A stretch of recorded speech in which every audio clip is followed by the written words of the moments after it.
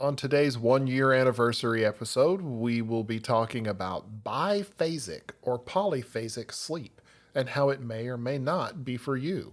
I'm Jay, and this is Somnilopod.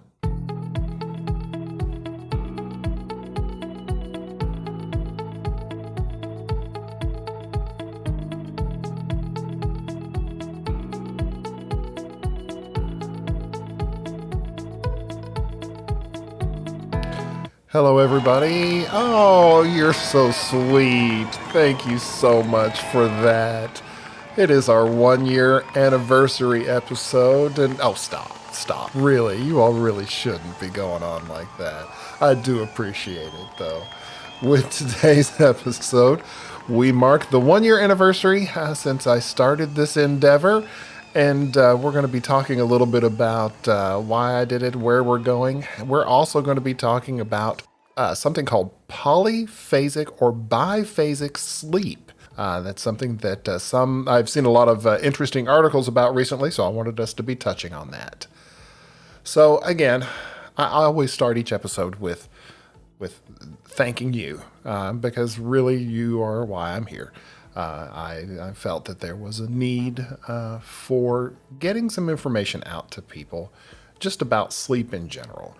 I know that I have struggled with sleeping all of my life, all of my adult life at least, and it's just important for me since that has been my career path has had me working in sleep medicine. That I share the information that I have with you. So I am so grateful that you are sticking with me, and I plan to stick with this moving forward. I had initially planned on just doing a year, but I've seen the numbers slowly increase, and I think people are getting some benefit from this, so I am definitely going to continue. I am also going to expand into some other things that we will talk about here in just a little bit. But I wanted to point out how amazed I am at the reach that Somnilopod has gained over the past year. We are in every continent, and there are countries all over the world. It's amazing. We go from the southern hemisphere, northern hemisphere, east, west. I'm just really pleased that there are people who find the need and are finding some benefit from this type of information that I'm providing. So I wanted to just let you know, we have had episodes that have ranged around a lot of different topics. We've talked about what it's like to go to a sleep disorder center, some things like sleep tips, even sleep myths, and some sleep legends. We've talked about pioneers in sleep as well as other types of sleep disorders. But I wanted to let you know what the top 3 episodes based on listeners were, and they are in order of download. The episode on delayed sleep phase syndrome, the episode on sleep maintenance insomnia, and the episode on the history of sleep. And I think that's very interesting and telling, and I'll get to more on that in just a little bit. Those are the top 3 downloads, but I also wanted to let you all know what my favorite episodes were, just because I had so much and have so much fun doing them. My favorite episode was actually the one on progressive muscle relaxation, PMR. It's something that I have used for years, and it actually goes back to my college days when I was getting my degree in psychology.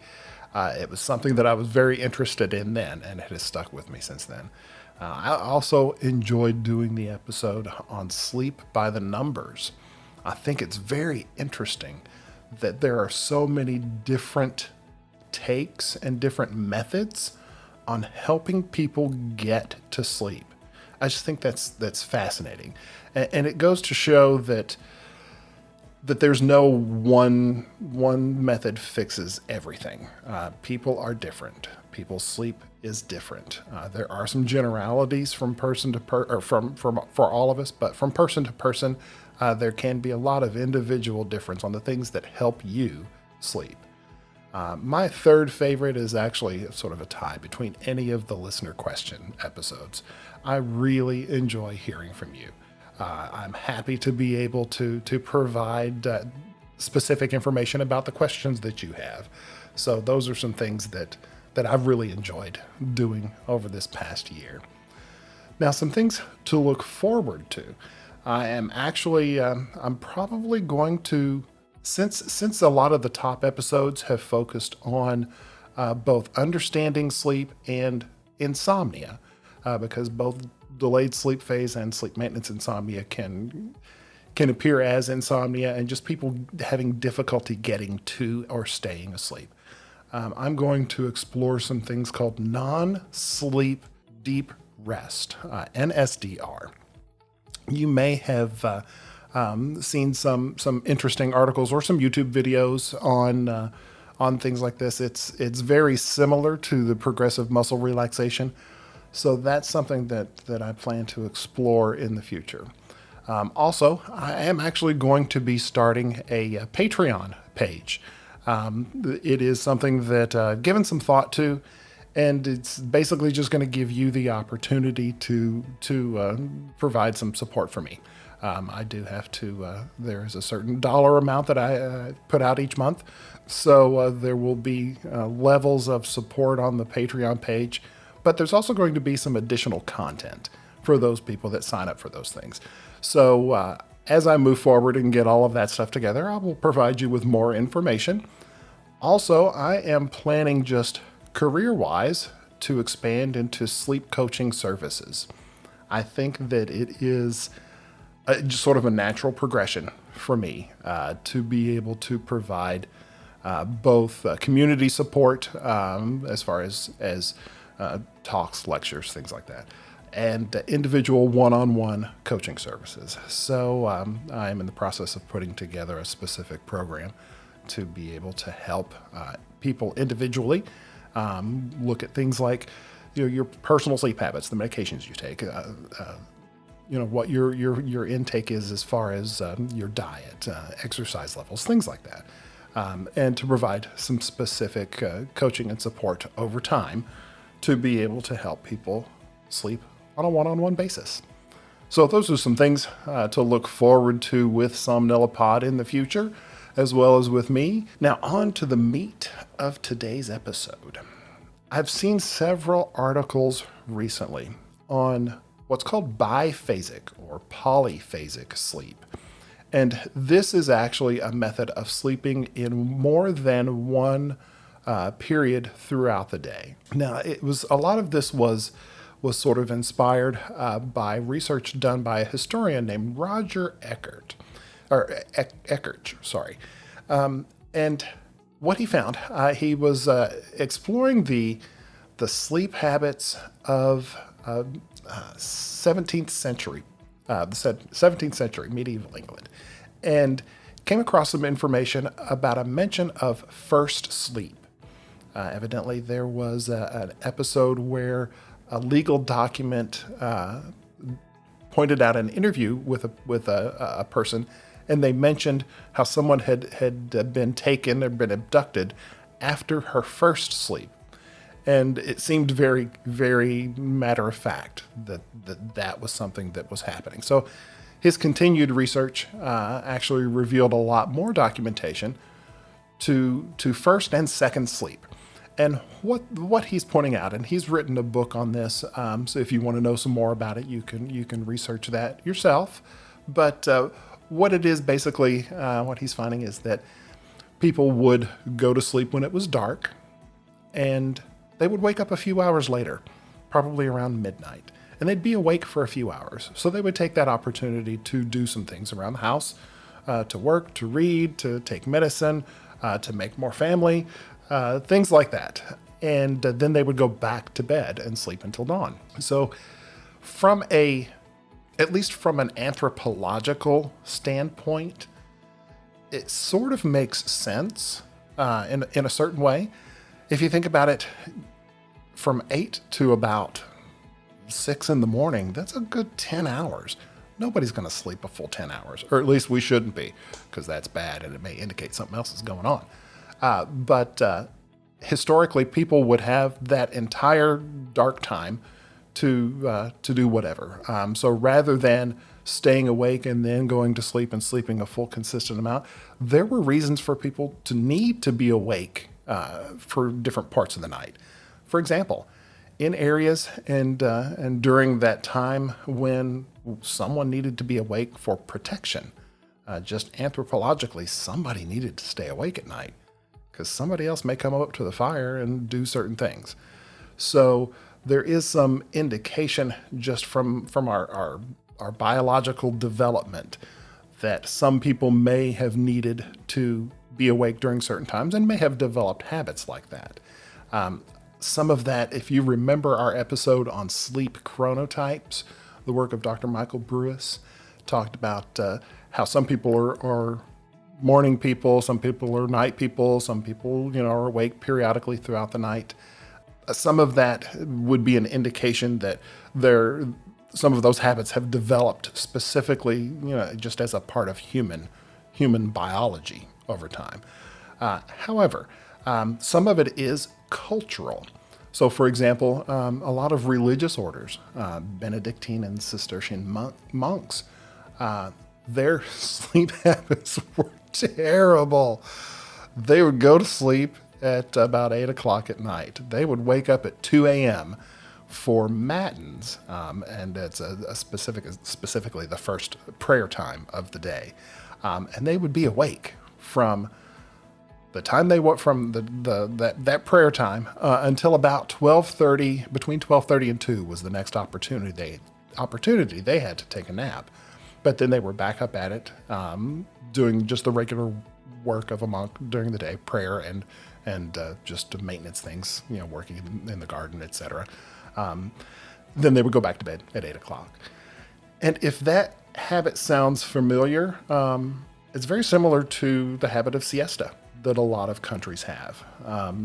That actually sort of coincides with our natural biological rhythm to be a little sleepy in the afternoon. It's called the post-prandial time or post-lunch dip that all of us will have. It's why we get a little bit sleepy after lunch.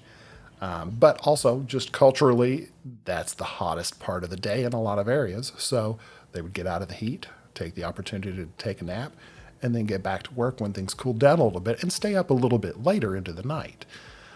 So there are some cultural incidences of the use of a biphasic period of sleep.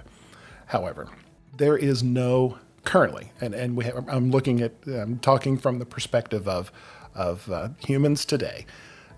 Since the dawn of the Industrial Revolution, when light became more available to us, we started to see a change in sleep habits, the need to be awake at a certain period during the day, for example. So as manufacturers began to need their workforce awake and ready to work, we began to see a change in these first sleep, second sleeps. So the first sleep, second sleep sort of faded and disappeared over time.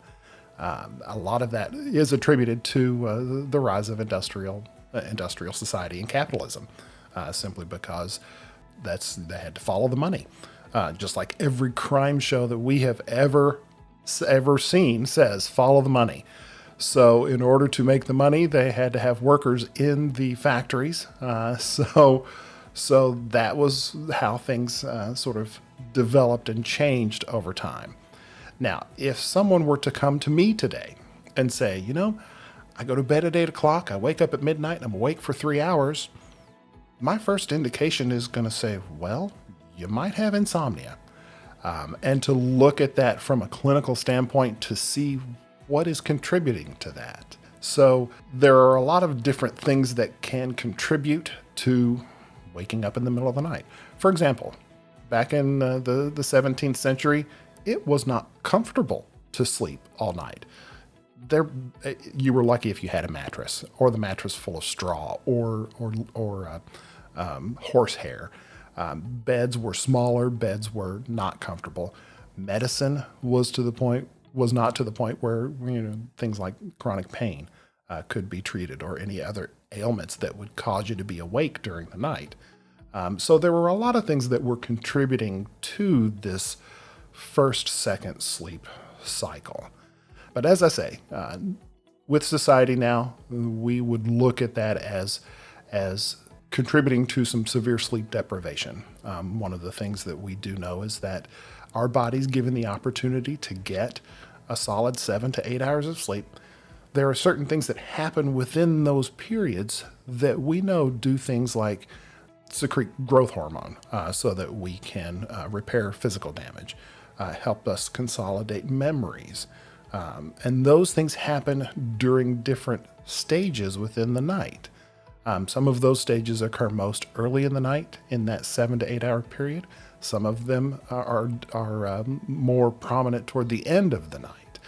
So just from a biological standpoint, we see what the benefit of sleeping a consistent amount of time is. And we know what the detriment is to not doing that. So with that said, there are, as I mentioned, there are a lot of different individual needs as far as sleep is concerned.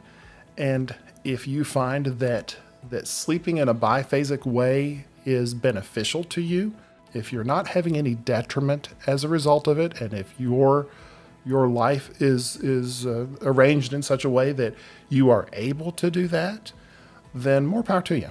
Studies have shown, and this again refers back to a lot of Dr. Michael Brewis's work, that a lot of different types of people really benefit and are more alert at night when it is dark. So we may see people benefiting and actually being more productive during those periods of time. So if that works for you, great. The majority of people, though, will still need to have a solid sleep cycle as far as the solid 7 to 8 hours. I do have to point out that there is no evidence at this point, scientific evidence, that a biphasic sleep cycle is beneficial. So take that with a grain of salt. If it works for you, if you're not having any detriment as a result of it, if you're not feeling sleep deprived or having any issues with sleep deprivation, if your physical health is not being affected by it, then yeah, if it works for you, great. But for the most part, a biphasic sleep cycle is not necessarily going to be the best route to take. That's why a lot of the bodies that talk about sleep, the Sleep Foundation, as well as the American Sleep Academy, always recommend that we get the full 7 to 8 hours of sleep. And that's what's going to be best to help us stay alert and productive throughout the day. So I hope this has been informative for you. It was a lot of fun for me. Actually, I grew up Catholic, and I had never known about the religious orders. I mean, I had heard the terms matins and laud and things like that, but I didn't know the specifics of what they were. So it was interesting to be able to research some of that stuff. So like I said, I hope this has been fun for you. Please subscribe and like and check out the YouTube content. And as always, hit me up. Send me some information. If you have questions or any specific advice as far as episodes in the future, please send that information to me at j@somnilopod.com. And until we talk again, please remember to make sleep a priority.